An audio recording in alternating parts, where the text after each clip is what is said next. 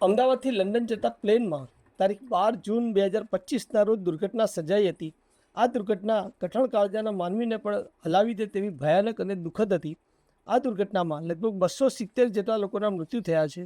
આ તમામ મૃતકોને ભાવભીની શ્રદ્ધાંજલિ આપીને ઈશ્વર તેમના આત્માને શાંતિ આપે તેવા નિર્મળ ભાવથી અમદાવાદ સ્થિત ટ્રસ્ટ પાપા નામની એનજીઓ દ્વારા તારીખ 28 જુલાઈ 2025 રવિવારના રોજ કે જ્યારે અમદાવાદમાં ચારે તરફ વરસાદ વરસી રહ્યો હતો ત્યારે મણિપુર ખાતે આવેલ ગામઠી સેવા એકેડેમી ખાતે વૃક્ષારોપણનો કાર્યક્રમ યોજવામાં આવ્યો હતો. આ કાર્યક્રમમાં સંસ્થાના 50થી વધુ સભ્યો અને હોદ્દેદારો જોડાયા હતા.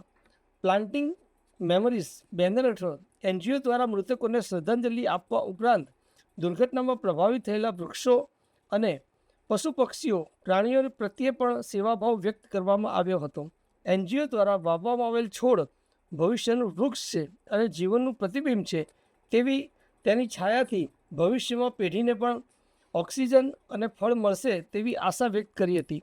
એનજીઓના તમામ સભ્યોએ વૃક્ષારોપણના માધ્યમથી શ્રદ્ધાંજલિ આપવાની સાથે સાથે આ રોપા વૃક્ષ બની વર્ષો સુધી લીલાછમ રહે અને મૃતકના સ્મરણ રૂપે સમાજને છાયા, ઓક્સિજન અને શાંતિ આપે તેવા ભાવ સાથે પ્રાર્થના કરવામાં આવી હતી.